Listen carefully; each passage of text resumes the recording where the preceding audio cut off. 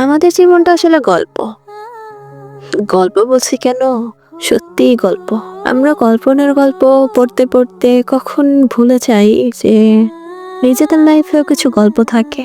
এটা আমরা কখনো রিয়েলাইজ করতে পারি না যে আমাদের সাথেও কিছু খারাপ সময় যায়, কিছু বাজে মুহূর্ত যায়, কিছু মন খারাপ যায়, কিছু মুহূর্ত আসে যখন ইচ্ছে করে নিজেকে শেষ করে দিতে। আমাদের কাছে কোনো উপায় থাকে না, তখন এত খারাপ সময় যায়। হয়তো উপর আল্লাহ আমাদের পরীক্ষা নেই, আমরা বুঝতে পারি না। আসলে তাকে বোঝা অনেক কঠিন। যে বুঝতে পারে সে থেকে যায় পৃথিবীতে, তাকে ঠেকানো খুব সহজ, খুব কঠিন কোনো সহজ বিষয় না। আমাদের চলতে পাতা কত ভুল হয়, কত আবেগ আমাদের মধ্যে, কত মায়া, কত ভালোবাসা। অথচ দেখো, আমরা কিন্তু দিন শেষে একটা মানুষ খুঁজি যে তার কাছে মানসিক শান্তি পাবো। অথচ কি আমরা তাকে খুঁজতে খুঁজতে জীবনের অর্ধেকটা সময় পার করে দিই। মনে হয় হয়তো আসবে সঠিক মানুষটা, সঠিক মানুষটার আশায় আমাদের সন্ধ্যা ফুরায় না, তবে বছর ঠিকই ফুরিয়ে যায়। কোথাও যেন শুনেছিলাম, লেখা ছিল এরকম যে সন্ধ্যা ফুরায় না, অথচ বছর শেষ হয়ে যায়। মানুষ আসলে কিছু না, আসবে যাবে, এটা স্বাভাবিক।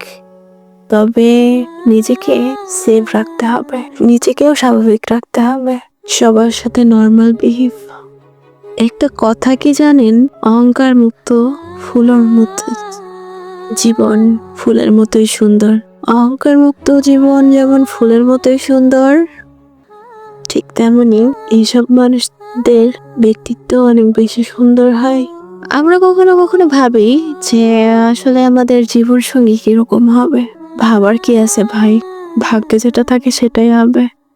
তবে সঠিক সময় সঠিক মানুষটাকে বেছে নিতে হবে।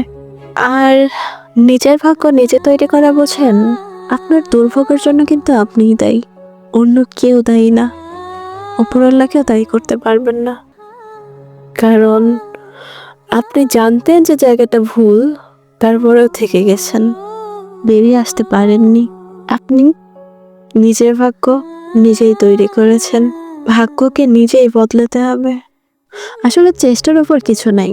ভালোবাসা, আবেগ, মায়া এগুলো আসবে যাবে, নর্মাল বিষয়। ভাই, জীবনে যাই করেন তবে মৃত্যুকে আপন ভাববেন না। আপনি আজকে পৃথিবীতে আসলেন, আপনার আল্লাহ কাউকে নিয়েও যাইতে পারে, সে নিয়ে যাবে।